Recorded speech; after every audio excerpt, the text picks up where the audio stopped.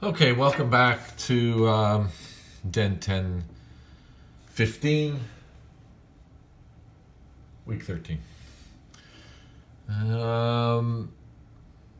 First and foremost, miss you guys. It's been some weeks since I've seen you, and this is really not ideal to finish off our semester, but we're really out of any choices out of our hands. But if I can go over a few minor points, and then we can backfill and catch up next September would be great. So we were anticipating I'll finish a few more of these this semester, but we'll finish off with this one here. As you can see from my investing, that I've lost this piece of stone here, which is fine. I just turned it all into acrylic. I mean, any void that you have, either in wax or from stone from from boiling out, you missed it. It's going to fill in with acrylic. But like I said earlier, previously, this is not border molded impression. We need to read the extension of the attached and detached mucosa, read the frenum extensions, and this is where I see a lot of laboratories kind of missing the boat, whether they don't have the clinical experience or not quite sure, or just, well, I'll leave it up to the dentist to adjust the rest in the patient's mouth. Obviously, in this internal oblique ridge, we have to really contemplate if we're going to engage any undercuts back here. We have the couple of wrought wire clasps to hold the denture in place. But we need to eradicate all this here. As well as on the flange, I can see where it's overextended. On both sides, I'll take off the flash. And I'm going to use the lathe here. Now, if we're overseas, possibly they more use the handpiece for everything, but and I've seen some laboratories here will use the lathe for everything. So I'm kind of a bit of both. So I'll use the lathe first and foremost. I'm going to turn some suction on, so it'll be a little bit loud. I hope you can still hear me. And I'll be really quick to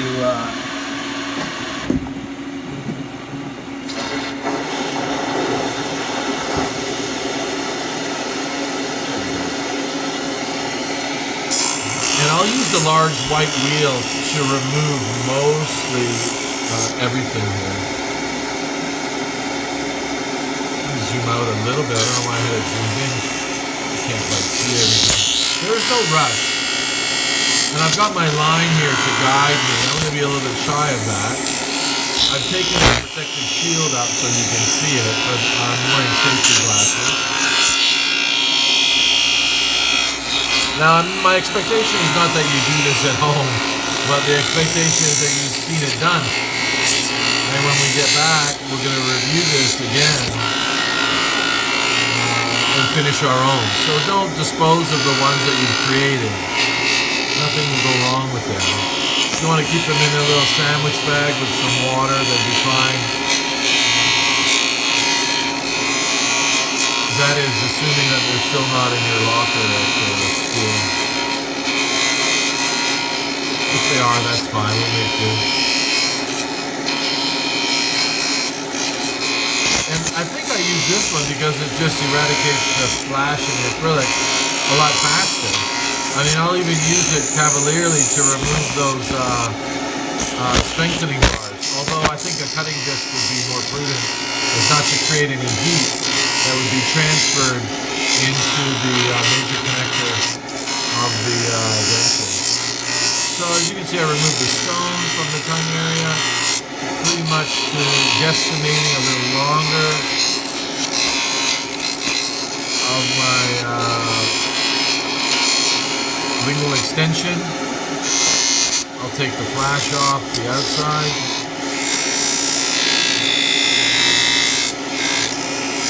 Now naturally, the more you can trim with the larger objects, the faster it is to trimming. Although the more you trim with the larger aspects, the more dangerous it can become that you start taking things off that need to remain.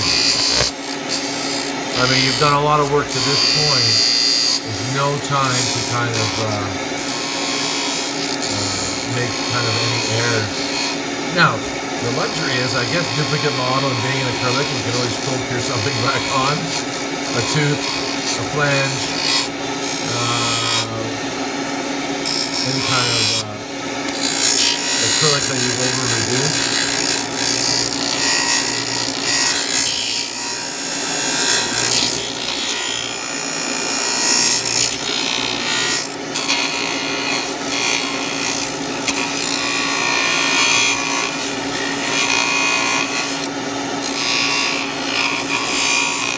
I mean, not a glamorous part of the job, and I would hazard a guess that no one's really created a trimming ever of trimming an acrylic partial denture. I guess for fear of showing people what they do, but you know, it is a little, it looks haphazard, but really it's not. I mean, be careful not to trim any of the teeth. Now I've got a couple of natural teeth here. I'm not concerned about this fitting. Right now I'm just taking off the excess. I'm not rushing to my duplicate model. And then once I think I've taken off as much as I can with this large wheel, I'll go into the larger egg burr. I mean, these are just things that I would use. If you want to use a different order, that's fine. But I think I'd always start from large to small.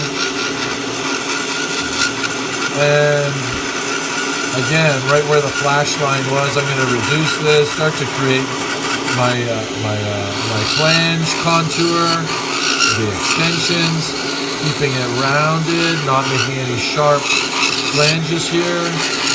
Not really any fine detail, but something that I couldn't get at with that wheel. I mean, we could take the wire cutters right now and cut those internal oblique ridges off. Internal oblique ridges.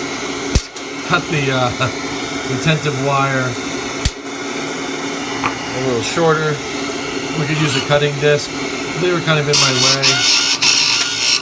As I dull my large egg burr, I'll just reduce it slightly. We're going to cold cure these two metal pieces that are exposed. That'll be the last thing we do. Once we're satisfied with the fit, the contour, obviously the bite. In this case, we never had one. The processing exercise. Be careful not to trim the teeth. If there's any stone around the teeth that's kind of stubbornly hanging on, you can take a little one of your picks there and remove it. If you've invested properly and eradicated all the wax, even use some detergent. As you can see, the partial denture is somewhat clean. There's a little bit of stone stuck to it, but it's not bad. I mean, I didn't use any putty, I used all stone, so, you know, the expectation would be a little bit on there. Sorry, that's loud, I know. And between that and the suction, I'm hoping you can hear me over that. Now, once I'm satisfied with the flanges and all, I really got to think about this anterior apron from 4 to 4 here. I would never trim this way unless I'm fitting the partial denture. I'd always err to trim from the occlusion down. Now, I've waxed this to the top in order to facilitate my investing. Now, this should just cover the cingulum. I've got some ways to go here, as you can see with my pencil line. Somewhere around here. And actually, if it's a class 3 bite, we're going to have plastic in the occlusion, so we don't want that to happen. But I mean, roughly 2/3 of the way up the lingual, covering the cingulum anatomy. Obviously tapered to the tooth, not to create a ledge here for the patient's tongue. This is probably the biggest thing obstructing the patient is this major connector plating of the anterior teeth. I mean, due to the thickness of it, it could alter speech because it's constricting on the tongue space. And the patient over time should be instructed to persevere, that this linguistic challenge will be corrected over time. I mean, this goes in the patient's mouth. The first autonomic responses are increased salivary flow. You know, the mind is thinking that, you know, we've put something in our mouth that doesn't belong there. Either swallow it or wash it out. So saliva is going to be increased. Phonetics will be a challenge from the decreased tongue space. I mean, the tissues now are having a load placed upon them, as well as the abutment teeth. This is going to have a change in the keratinization of the edentulous areas and all the tissue. And obviously, if it's over obtuse to the tissues, they'll respond negatively and try to defend themselves. And we have denture sores, ulcerations. Tissue naturally trying to defend itself. So this is kind of a big deal. It's not all about the teeth and the aesthetics and the function. It's about what makes something that's biomechanically sound in the patient's mouth.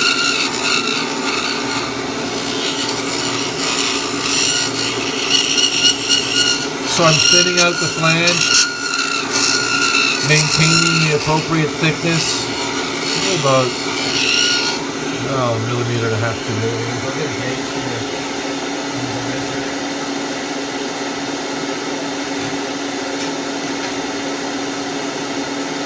I mean, so many times people say, well, how thick? And the stupid answer I usually use, well, thick enough.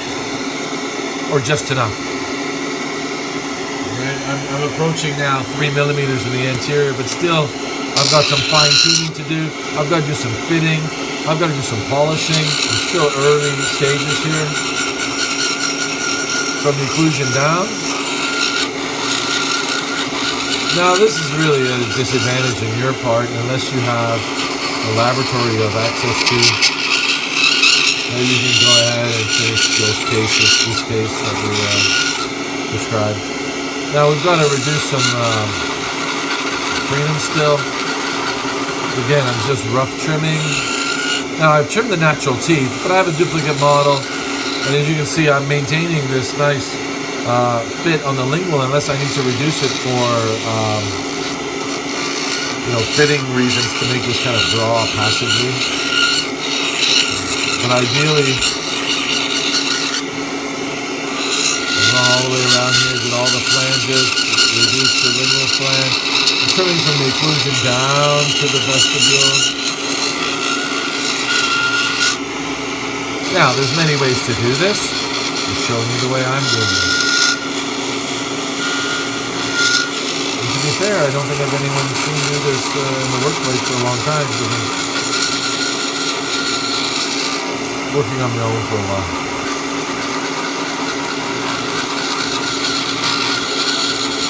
But with data and satisfactory results from my own clients and the dental offices that we serve, that our cases are satisfactory to above average.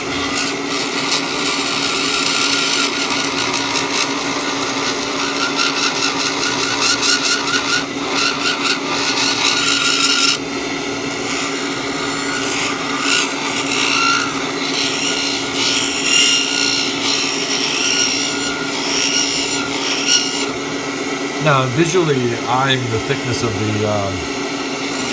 lingual flange here, as well as anticipating time to fit this, I'm going to have to reduce something on the lingual. There's undercuts there. I mean, they've adhered to these two teeth here. I've got undercuts labial to the buccal frenums. But I'm not rushing to the model. It came off the model. I know it's going to go back. Just a matter of time. Just enjoying myself here.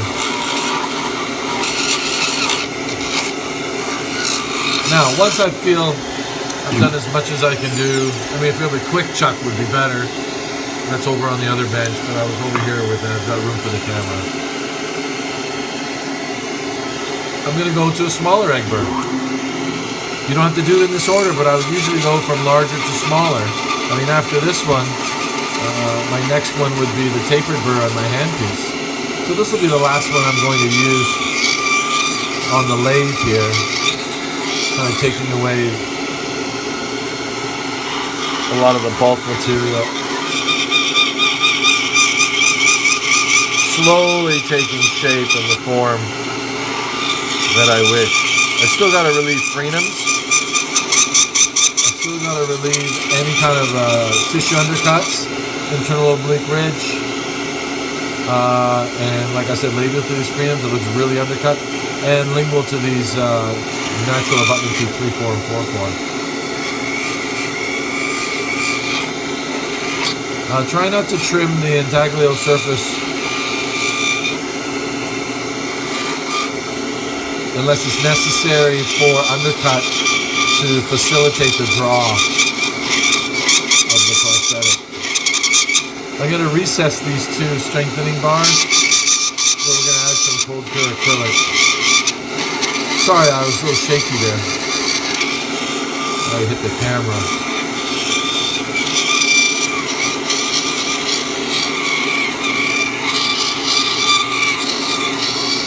I mean, a lot of people prefer the lathe, I guess, because it's faster. You got two hands on it, but really it's limited. This is a fixed position. So I really need to be creative on how I can kind of maneuver around.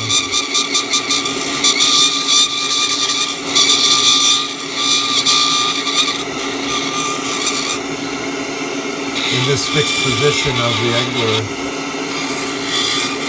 But the smaller one allows me to further develop or start to develop my contour of my buccal flange.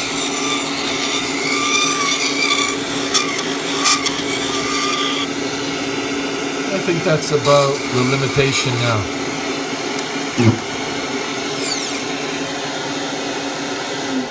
So what we'll do is we'll move over and to the handpiece. Just behind me. We'll just move over here.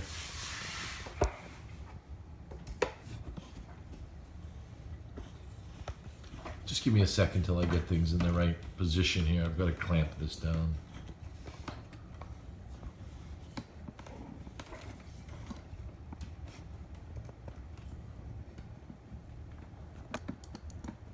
I think that's better.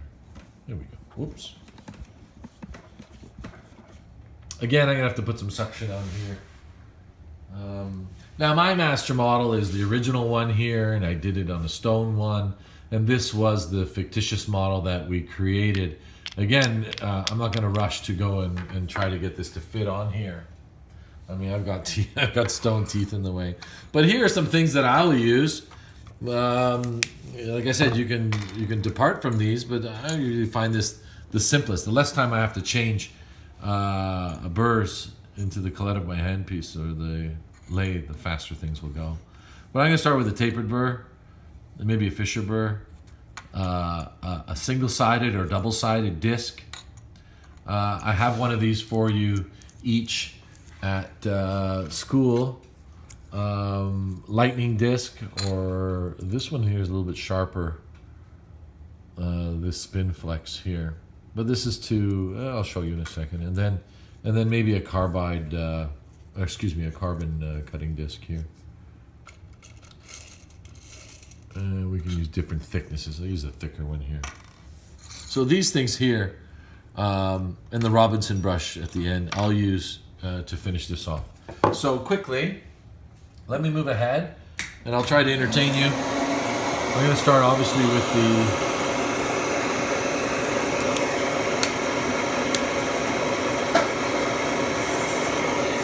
tapered burr.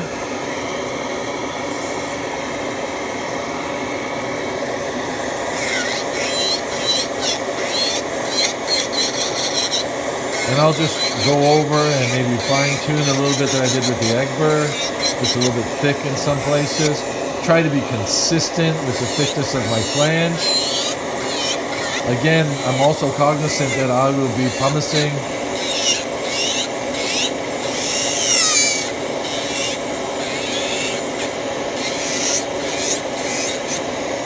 and high shining. Again, I'm not rushing to put this on a duplicate model. I think after this, I'll use that disc. A little bit of separator, just lightly massage that separator off. Lightly.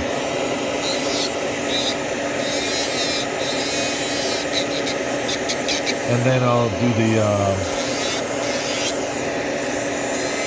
frenums. I'll probably come back to this tapered burr underneath these two bicuspids to fit them. But I still want to shape these flanges. So I'll start with a thick disc for my lingual freedom here and relieve it. Again, is this border molded or was it overextended, and was the freedom taken in a position that was overextended? I need to read that impression. Same on the buckle freedom. Was this border molded or was this just a blown up alginate impression that now I'm going to have to estimate? Now, a lot of you are saying, well, yeah, you're estimating. How do you know? You don't really. It's going by some experience that you're going to start on your own journey with this case. You'll start your own journey of experiential learning. And I'd be lying to you if I said I've never been too short or I've never been too long. But I gotta say, I'm pretty close.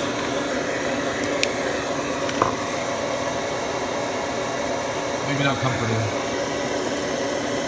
for some of you, but you can see my clasp here. Luckily it didn't move, and yours shouldn't either. But I need to remove the acrylic kind of straight down from the guide plane on both sides. And I'll use this sharp either single-sided disc, lightning disc, sandpaper disc. I was careful not to cut the clasp, but I can go right underneath the armpit of this clasp or the shoulder.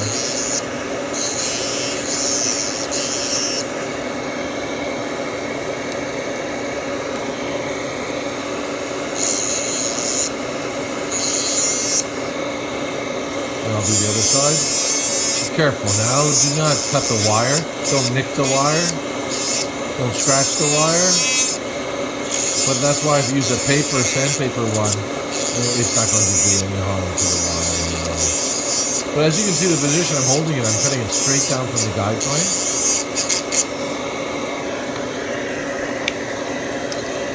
And then I'm going to go into the Fisher burr. And now's the time I'm going to remove these broken stone abutments from the investing. I might use an instrument here to kind of, they should come out pretty easily as such. This side here, same thing, without bending the wires. So I'll push it down. Now this is not a time to rush and fit the model either. I can see that I have undercuts here. I'm going to get my Fisher burr, gently, carefully,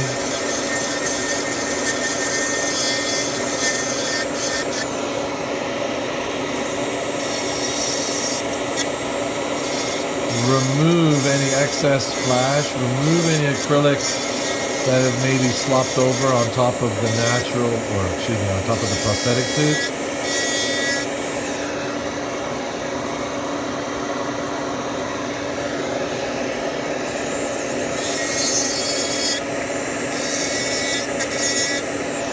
We're getting there. We'll do the other side.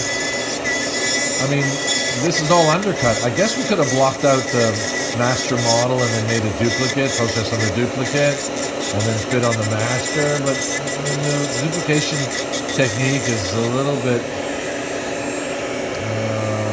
I don't think as ideal as processing on the master model. I mean, you got maybe a discussion there with many professionals that'll say, well, I process on the duplicate. So I process on the master, use a duplicate to fit it, and then I'll use the patient's actual inner-oral cavity to final fit the prosthetic, which with some experience shouldn't take long at all.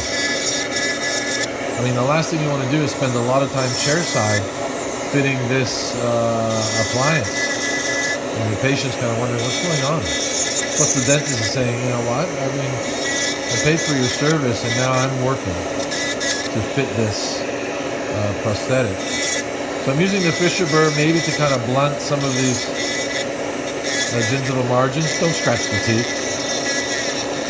My Fisher burr's not that sharp. I'm going to go around here, basically cleaning up my wax up if my wax up was sloppy. I'm going to the stone in between. Comes out. Now at this stage, and this stage only, is the time I have to go and fit to my master model. But before doing so, I want to reduce this apron flange. A little thick for me still up here and a little high. I can see where there's, I'm going to go in with the tapered burr here, remove some of these undercuts. So I'm using a visual surveyor. I can see where this is going to bind. And I mean, this you'll see if I put on the model and hit, but I know that this is going to interfere right here. Now, the model doesn't give, the tissue does. How much can we abuse the tissue to put this in the patient's mouth? Not much. If I went and I eradicated completely the lingual side of here, of the intagular surface, sure it would fit, but then it would fit too passively, creating excessive food traps, airways. I want to close off at least the occlusion to any kind of food debris to go and squeeze underneath this apron as little as much as possible. I mean, yeah, I can get up from underneath, but I need to stop it from going in from the occlusal surface.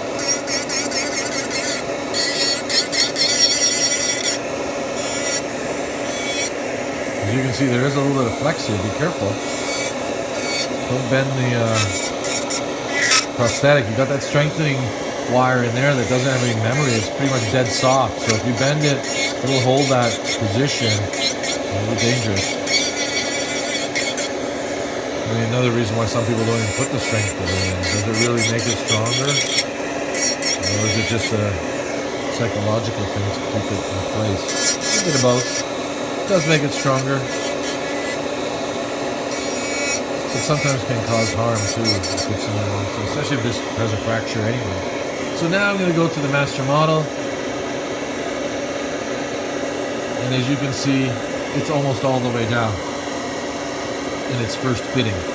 Now this master model was used to make a silicone model, which was made to make your stone models, which is, I used one of those stone models. And my stone model was, got a little bit of flash here. My stone model was a couple years old, I think. Not bad.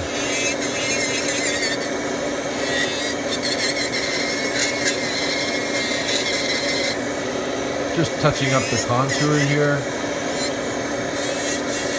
Sometimes trimming becomes like that road trip you've been on before where you get to your destination, but you don't remember driving there. I think because we've built a lot of mental avenues in our mind where sometimes this just becomes a form of subconscious trimming, meditation. Like, oh, I don't remember trimming the denture, I just did it. For the beginner, you're looking at it and you're waiting for things to kind of happen.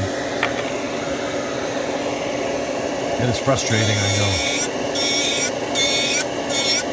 But trust me, over 10,000 units later, we've been down this road many times.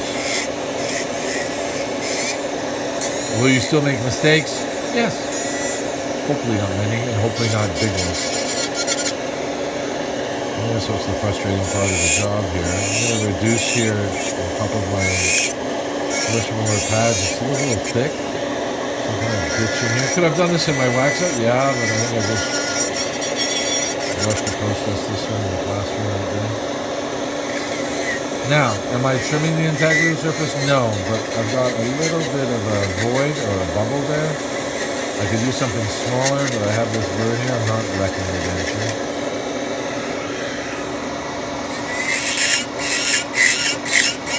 Oh, sorry, I got off the camera there.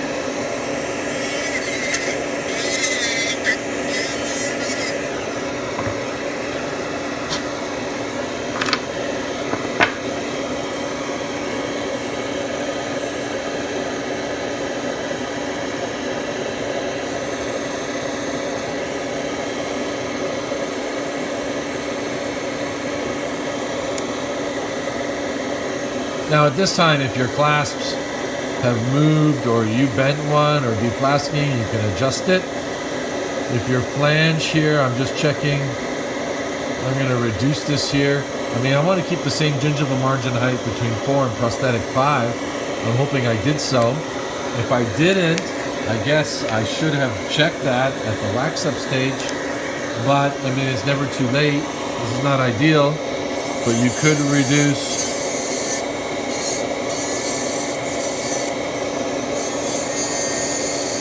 with my fisherman gently, carefully, without scratching the prosthetic tooth. I'm just lowering the gingival margin here. And I did this for demonstration purposes. I generally would not want to do this. It's not ideal. Now, where I've marked in pencil here, you might want to reduce this and reduce here. So that they're kind of sticking out, for lack of a better word. I'm going to taper this in here. And we don't want the patient to look like they've got some Toblerone chocolate on the side of their mouth, or they're chewing on skull or chewing tobacco when they have this denture.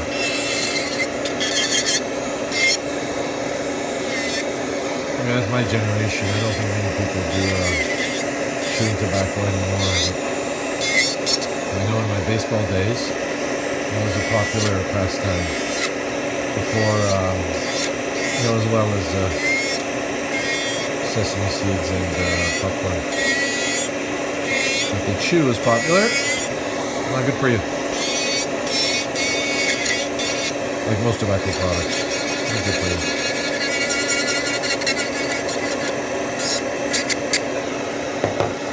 Now, critical area between the clasp and the tooth here.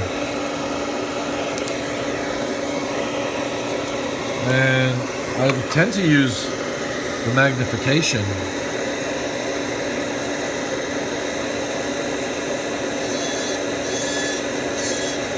because I need it at this age. I need the magnification. And that armpit of the clasp, if you have a little flash, I'm going to take it off here. Just remove any of the flash on that denture tooth. Also a good time to rubber wheel and rubber point those tips of the clasps if you did not already.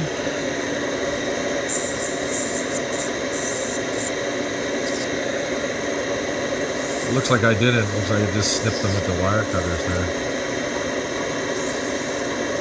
They have a barb on it. That should be taken off. Any nicks you can polish off.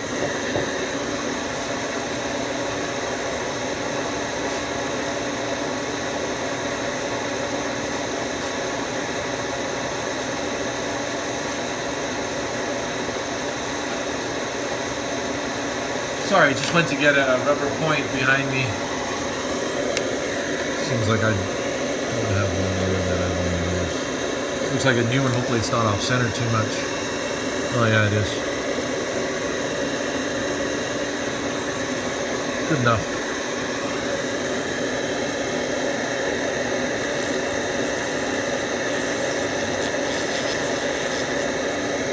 Get rid of that barb on the wire. Taper it a little bit. Now, also I can get my surgical knife, PP blade, and just take any of the flash underneath that clasp.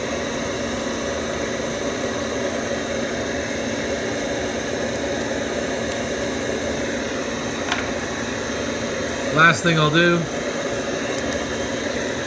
when I wasn't satisfied, I'll go back and recontour, a little touch up.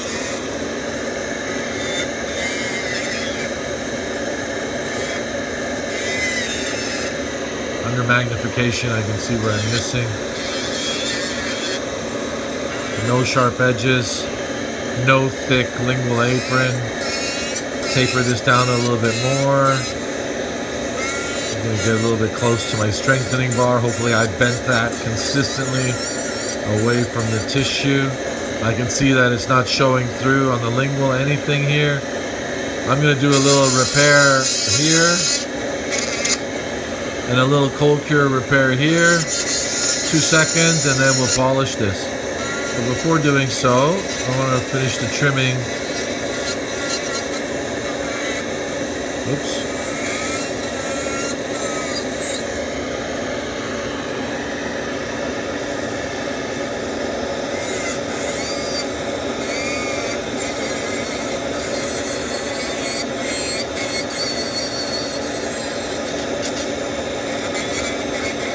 We don't want to have a sharp ledge around the prosthetic teeth that food debris can sit on top of and start to accumulate. I need the bolus of food to kind of deflect, like natural teeth, down and deflect off the margins. So I see a lot of aggressive festooning and trimming. I mean, sometimes it's so excessive that I'm like, I've never seen anyone with that type of aggressive festooning in the natural mouth. But sometimes we like to really overdo it with the anatomy. Keep in mind though, I need to polish that anatomy, not easy.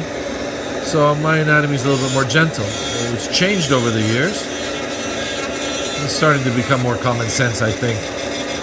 I mean, we want it nice and clean. We don't want any sharp edges, any scratches. Last but not least, I'll get my Robinson brush. I'm going to get a little pre-polish. You can use your high shine. I've got some hard pumice here.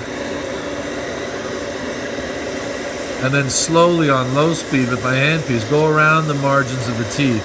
This is taking away a little bit of that stone that was retained in there as well. And if I have any stone retained in there, I need to get back in there with a pick, a burr, and scratch it out. And this is where the people say, well, I use putty. Yeah, but really, it's not a big deal. I rarely get any in there.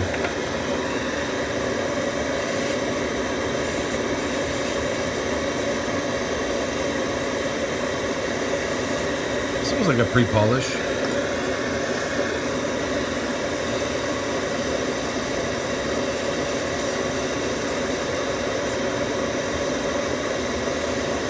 So I'm confident chairside that this denture is going to go in the patient's mouth easily, but not too easily. Got a little bubble here that we didn't take off. Easily, but not too easily. Possibly leave some minor adjustments for the dentist and some time. For the most important part is the consultation with the client. Consultation on what to expect in the days coming forward. Telling the patient what they can anticipate to happen to them while starting to begin to wear this prosthetic. Go to my master model or my duplicate model. As you can see, it fits not so bad. I can see a little bit of space around this wire here. So at this time I can go and grab my pliers and reactivate the clasps if I need to. Possibly even reposition if something's moved a little bit.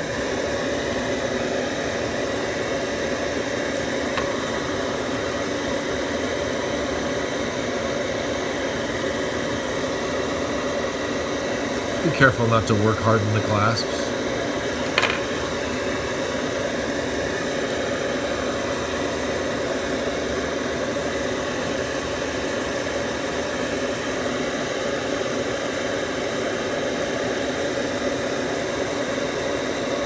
Around here around the marginal ridge, I may want to reduce that sharp edge.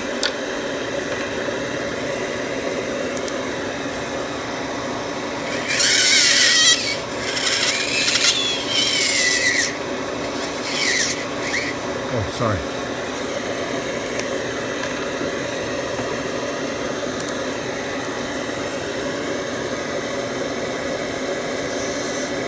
Right here. Really critical area.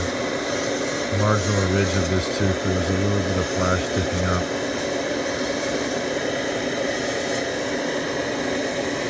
This side here seems to be bented a little bit lower around the guide plane.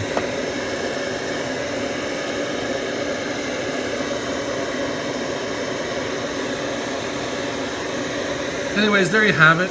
the acrylic transitional, acrylic partial denture.